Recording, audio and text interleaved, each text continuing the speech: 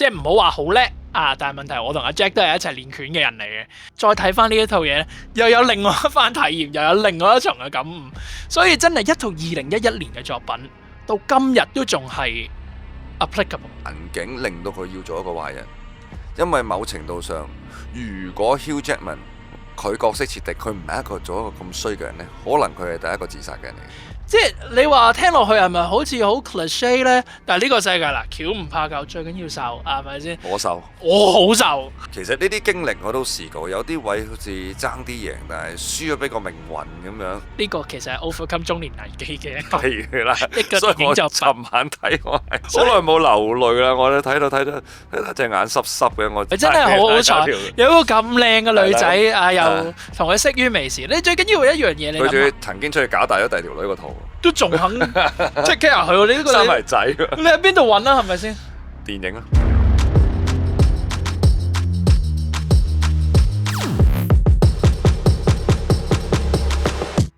大家好啊，又翻嚟我哋卓越談啦。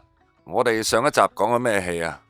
我哋上一集好似係講緊，睇下先。Sin City 先唔係啦，濟公。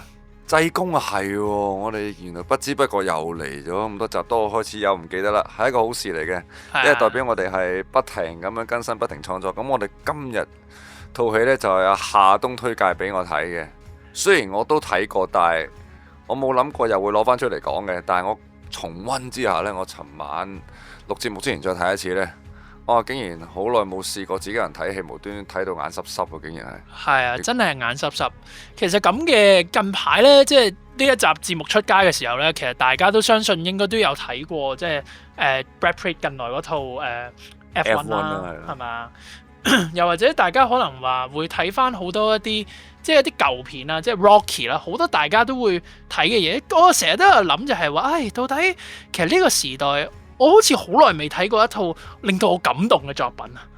係，即係我睇好多戲嘅，即係我即係成日都入戲院啦，跟住之後會睇到好多，即係可能話有啲歷史文學背景好深刻啊，即係又或者一啲劇本寫得好好，咁但係問題係，即係真正扣人心弦啊，即係真係 touch 到我嘅咧，我反而又真係唔覺太多喎。係，所以我都唔係太多睇戲可以咁樣講，我都會好揀擇嘅你噶。咁 F1 啦 ，F1 我就覺得係我自己 OK 嘅套戲，但係其實如果論古仔，真係冇今日我哋講嗰套咁好睇。係啊，尤其是就係阿 Jack 嗰日走嚟問我，就係話想錄啲乜嘢字幕，咁樣咧我就忽然間咧喺我腦度就係忽然間彈咗呢套 Real Steel 出嚟，所以我就係想睇。咁啊當然啦，即係以前細個睇嘅時候，好似同我阿爸一齊去睇，咁樣嗰陣時中學即係初中嗰啲位咧，咁嗰陣時誒一個肥仔，中文叫咩？中文戲名好似係叫做鐵甲鋼拳。鐵甲鋼拳係 Real Steel，OK。係啊 Real Steel，咁啊 Hugh Jackman 做嘅，咁2011年嘅作品啦。咁嗰陣時小弟咧都仲係一個中學生嚟嘅啫嘛。咁我同我阿爸去睇，但係我阿爸同我永遠都會記得呢套戲嘅，即係又係一套父子嘅電影啦，即係好好嘅，好印象嘅對我嚟講。但係我諗翻轉頭係咩咧？嗱，即係大家我哋卓越談嘅觀眾都會記得少少啦，即係希望大家記得啦。即係夏東即係都係打拳噶嘛，即係唔好話好叻。啊！但係問題，我同阿 Jack 都係一齊練拳嘅人嚟嘅。咁我忽然間嗰一晚咧，我就諗翻轉頭，係喎，不如睇翻呢一套戲，講呢一套嘢。咁自從真係學拳啊、練拳、習武，再睇翻呢一套嘢咧，又有另外一番體驗，又有另外一重嘅感悟。所以真係一套2011年嘅作品，到今日都仲係 applicable， 都仲係好睇咧，就證明佢已經經得起時間考驗。點解呢？我又唔想講話。呢啲好戲有 formula，其實有一個公式或者一個格式我哋去做，或者一個 objective 要拍嗰啲戲，其實第一樣嘢個古仔係令到人投入，個主角有一個好大嘅 ups and downs， 佢要去克服咗佢。但係個主角一開始唔一定係好人嚟嘅，但係暗地裏佢個內心都係一個好人啦，可能佢做好多好衰嘅事，係嘛？之前你開場嗰陣已經即係一個仆街老豆啦。佢係一個撲街老豆嚟，賣仔啦，之後爭借錢唔還啦，賭白頭片啦，之後衰啲講句啊，虐待動物，食老軟，咬老軟，虐待動物。喂，呢個基本上係一個完全唔討喜嘅，即係淫任何如果將 Hugh Jackman 呢個角色擺翻喺現實，基本上係一個被社會遺棄嘅生物嚟嘅，已經係唔係被社會遺棄，係俾人睇唔起嘅撲街啊！遺棄就係真係睇你唔起啊！唔係歧視你，係睇你唔起。但係咧呢個故事就偏偏就係一個咁嘅 underdog， 就係一個咁樣嘅人嘅故事，咁樣去開端嘅。咁啊，所以嗱，如果各位觀眾今日第一次聽呢套戲嘅，我真係歡迎你快啲去睇，因為真心嘅，我覺得我哋呢個時代特別係需要一啲令到你鼓舞精神上激勵嘅一啲電影。咁可能話就係我腦海入邊有好幾套嘅，即係可能有緣我哋呢個節目一定要錄噶啦。即係可能話就係 In Search of Happiness 我好中意呢套戲啦。但係其實如果講勵志嘅，咁香港亦都有張家輝嘅激戰啦。我最中意嘅張家輝作品啦，即係除咗佢啲化骨龍電影之外，但係我人生最中意嘅就係佢套激戰。但係問題，如果以同樣題材嚟計，唔計 Rocky 的話，嗱 Rocky 講到爛啦大家都即係好似冇乜新鮮嘢拎出嚟講，好似有啲叫做比較嗰陣味，好似年代久遠啲。但係 Real Steel 咧，絕對係一套滄海遺珠。佢都賺錢嘅，佢賺錢，同埋係一個其實佢有啲位咧，佢一定係 Rocky 啟發到佢嘅，絕對係啦，絕對係。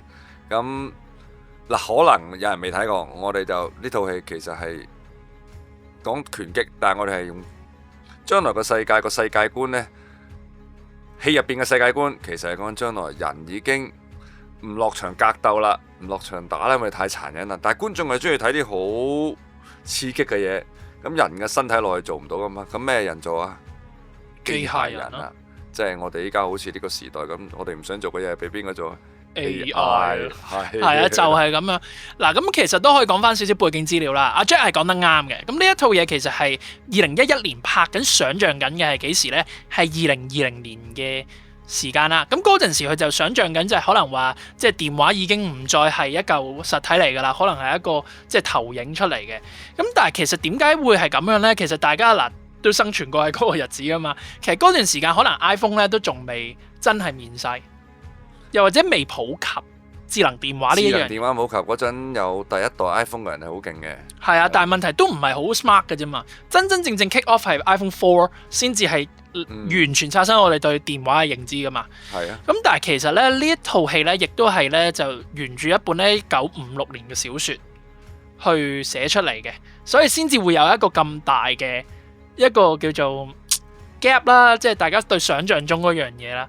但係其實呢一套嘢，我覺得啦，以 CGI 嚟講你就算放翻喺2025年，你重新上翻嚟，一樣都係咁高水平，我覺得。最緊要就係佢畫面同畫面和諧嘅，做 CGI 最緊要嘅嘢。係，即係你冇龍冇鳳飛到上天呢，嗰啲好誇張、好浮誇，其實唔係勁嘅。即係你隻哥斯拉擺喺度都唔掂啦。最勁嘅 CGI 係做咗你都睇唔出嗰啲係最 top 嘅 CGI 係啊，你睇得出就唔係 top 㗎啦，其實 CGI 係啊，即係你睇得出，你估到你估到嘅你就唔係咯。即係唔係淨係話個電腦 processing power 你做啲畫面幾複雜，係你嗰個 process 好多嘢做，你放咗個模型落去，即係放 CGI 嗰個人落去，個模型啦，個機械放落去，你同個畫面同個光暗點樣 blend 落去呢？依家就算我話同你講有好多新嘅荷里活盤，你都睇到係一睇啲有 CGI 嗰陣味。哦 Fantastic Four 咪係啊。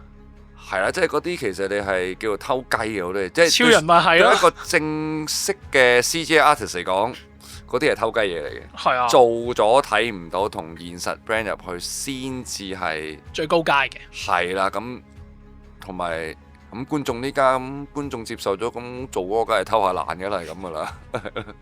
係嘅，係嘅。但係真係嘅呢一套嘢，即係所以就係話啦，各位觀眾，如果咧你未睇咧，我真係建議你快啲去睇，睇完之後再翻嚟聽呢個節目，因為接下落嚟咧，我哋就會劇透噶啦。所以嗱，即係 this is your warning 啦，咁冇問題，我哋就繼續噶咯。咁啊，因為咧呢一套嘢其實係即係小弟一個非常之中意嘅一種類型。其實係嘅，我中意奇案我中意風月片我中意好多好多嘢嘅，但係其實。即係永遠，即係就好似茶記嗰碗沙爹牛咁樣咧，你唔需要太花巧，但係問題就係嗰個 comfort food。我會覺得係一塊高質牛扒，哦，高質嘅牛扒係 top 噶嘛，USDA Prime Prime 嗰啲係啦。 ，prime 嗰隻，係你唔使點樣煮嘅，因為佢本身嗰個質地已經好噶啦，佢唔使一啲好迂迴曲折、好複雜嘅劇情啦。佢只要喺嗰個人物嗰個質地啦、世界觀，其實如果商業片要拍啲科幻片，其實最緊要唔係 CGI 先第一樣嘢，真係嘅，唔係 CGI，唔係科技。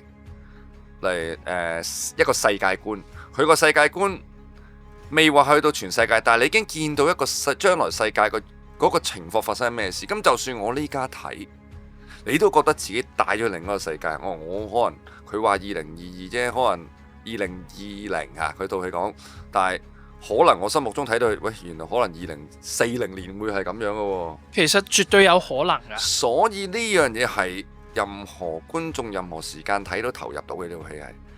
咁或者你講翻去舊片，即係個時代片 back 翻轉頭，我睇啲戲唔一定係同佢寫作者嗰個年代係咩，佢真係脫離咗某個地方一個好完整嘅世界觀嚟嘅。係啦，絕對係啊。即係你有冇啲嘢明 make sense？依家梗係你睇翻呢個科技好多嘢唔 make sense 嘅，即係例如嗰啲通訊設備啊，嗰啲有啲咁啊，梗係啦，係啦，你梗係估唔到啦。咁但係我想講嗰樣嘢係咩呢？佢係意料之外，但係情理之內嘅。係啦，因為其實好認真嘅嗱，大家睇呢個即係睇 Real Steel 啦，咁即係睇咗呢套戲，其實有幾樣嘢咧係好得意嘅，好記得嘅。阿 Max 咧走去問佢阿爸咯。Max 係個小朋友，男主角個仔，係啊，男主角個仔。阿 Max 走去問佢啦，喂，其實點解你唔再打拳嘅咧？咁啊 Hugh Jackman 嗰陣時都係答我冇啊，咁因為有機械人出嚟，咁啲人中意更加血腥、更加暴力啊嘛。咁咪取替咗佢咯。咁其實係嘅喎，即係大家考究翻嗰樣嘢好得意嘅。嗱我問翻一個小問，即係可能大家未知啊，但係不過嗱，即係打 boxing 啊，boxing 先算啦，唔講妹胎啊，唔講其他嘢先。boxing 你都有啲規則唔打得㗎，你唔俾起腳啦，咁因為權種問題啦。拳但係問題擊就係拳擊，拳擊就係拳擊啦。但係嚟咯，你唔俾打後腦㗎嘛？係你唔俾打背脊㗎嘛？係嗱，我想問下呢一樣嘢個存在嘅原因係為咗咩？唔打後腦，因為後腦係人體最容易受傷，或同埋如果中拳係最容易致命嘅地方嚟嘅，唔係個前額，因為後腦其實個骨係軟啦，同埋後面你個所有神經線喺晒度。係啊。咁有之前 Clint Eastwood 嗰套 Million Dollar Baby 已經有啦，佢唔係俾人打，佢撞到個後腦就昏迷咗一下㗎咋，即係喺台上面捱咗咁耐，打得贏個冠軍，點知突然間一 kick 唔知 kick 到你尾對手 cheap shot， 咁啊冚到個後腦，咁就變咗植物人啦，係啦。咁嗰套戲都好，嗰套戲都值得睇。嗰套戲我又係睇到熱淚盈眶嘅，又或者唔係感動啊，好慘嗰套戲。又或者激戰咁樣啊，咁樣倒頭裝嗰下咧，你係因為彭于晏靚仔同埋佢係主角，如果唔係佢死咗食狗細㗎啦。基本佢到嗰啲係嗰啲，你第一件事傷頸骨啊嘛。係啊。咁點解頭先我個話題就係？係啊，即係點解會有呢啲嘢咧？就好簡單，就係因為嗱，大家打個交都知一樣嘢，其實我同你出街打爛仔交，我會同你真係咁認真走去同你講打你塊面，或者打你 body， 我真係揾你要害去打啦。但係問題係你拳手你去 entertain， 你去揾食啫嘛，你唔會攞命噶嘛。咁其實大家追溯翻㗎嗱嗰啲叫比武，其實就係比武啫，就唔係。但係拳擊呢一樣嘢，鬥係啦，係啊！但係拳擊啊呢一樣嘢係喺古羅馬嘅時候都有噶啦嘛。咁你諗下，大家隻抽嘅時候點解要戴拳套啊？係咪先？拳套嗱，各位觀眾嗱呢度問一個小問題，你哋答我啦，即係你哋可以諗下嘅。拳套係攞嚟保護你啊，定係保護我啊？你覺得如果我哋大家對打啊，諗啦。好，我哋當你答咗啦，我哋開估啦。拳套其實係保護自己嘅手，但係其實係保護俾人打嗰個人噶嘛。係啦，點解呢？啲人話唔係戴咗拳套打冇咁傷嘅咩？